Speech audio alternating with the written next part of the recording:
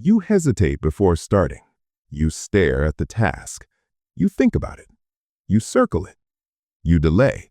And then, once you finally begin, you move fast, almost aggressively fast, which makes the hesitation feel worse because now it looks like procrastination. People assume you're unmotivated. You assume you lack discipline. You tell yourself you just need to start sooner. But here's what doesn't add up. When you do start, you don't struggle, you don't crawl, you don't warm up slowly, you accelerate. So the real question isn't why you're slow, it's why you wait. And the answer isn't laziness, it's threshold activation. But we're not there yet. 1. You don't start with motion, you start with mapping. Most people begin to figure it out by moving. They open the document, they start typing, they test, they adjust, they stumble into clarity. You don't. You pause, because your brain doesn't like entering fog. Before you act, you scan, you measure the terrain, you look for structure. What is this really asking? Where does it begin? What does done actually mean? What variables are hidden here? To other people, it looks like stalling. To your brain, it's preloading. And until the map forms, something in you refuses to engage fully, which creates tension, because externally, nothing is happening. Internally, everything is. 2. Unclear entry points drain you. The hardest part for you isn't the work, it's the ambiguity. Vague instructions, undefined outcomes, shifting expectations. That's what slows you down. Some people are comfortable improvising their way into clarity. You're not wired that way. Your system wants the edges first, the structure, the internal logic. You don't fear effort, you fear misaligned effort. And until you know where the levers are, you hesitate to pull anything. Here's the contrast. Some people start to figure it out. You figure it out before you start, and that difference changes everything. But it also creates a quiet cost. If you need clarity to move, why does it sometimes feel like you're holding yourself back? Why does the delay feel heavier than it should? 3. Your activation is threshold-based. You don't ramp up gradually, you flip. There's a moment, almost invisible, when the structure locks in.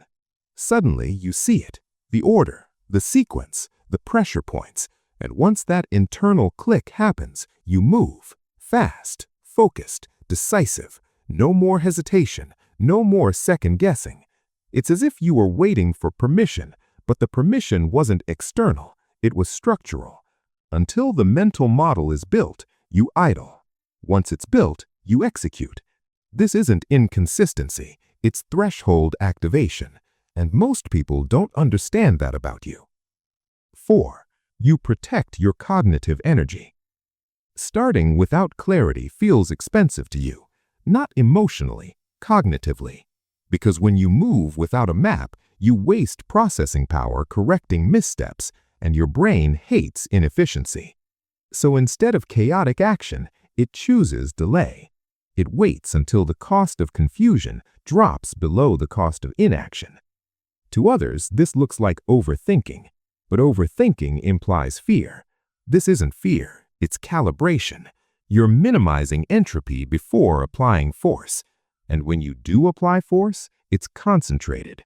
Which is why your output, once started, often surprises people. They didn't see the buildup, they only saw the burst. You were never slow, you were syncing with internal alignment.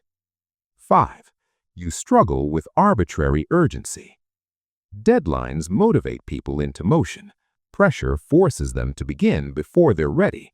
But if the structure still isn't clear, pressure doesn't activate you, it irritates you.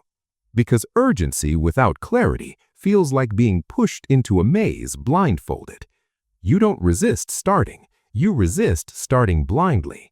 And that distinction matters. When expectations are precise, you're early. When goals are defined, you're efficient. When the blueprint is visible, you're unstoppable. But when someone says, just start and see what happens, your system stalls. Not because you can't, because that's not how you're built. And this pattern has likely followed you for years. School, work, creative projects, conversations. You wait, then you surge. 6. You think in complete systems. You don't like half maps. Before beginning, you subconsciously ask, where does this lead? How does this connect? What are the dependencies? What breaks if I move too soon? You're running simulations, quietly. Most people are comfortable discovering consequences after action. You prefer anticipating them before action. This makes you appear hesitant, but it also makes you strategic.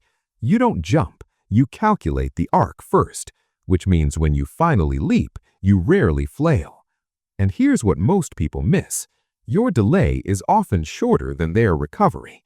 So if this is strategic, if this is structural, why does it still feel like something you need to fix?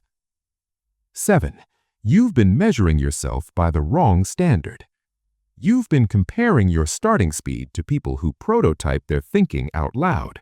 They move first, correct later, refine publicly. You refine privately. By the time you move, you've already eliminated half the errors. But because your preparation is invisible, even to you, it doesn't feel productive. It feels like avoidance.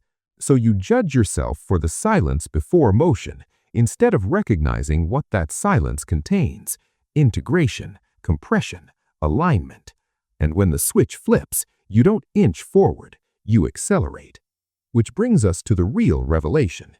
You don't need motivation, you need structural clarity. Stop trying to force earlier action. Start building clearer entry points. Define done. Outline the sequence. Name the variables. Draw the map. Your brain doesn't respond to hype. It responds to architecture. Once the structure is visible, your hesitation evaporates, not gradually, instantly. Because your system was never resisting effort, it was waiting for coherence. Slow this down. Let it land.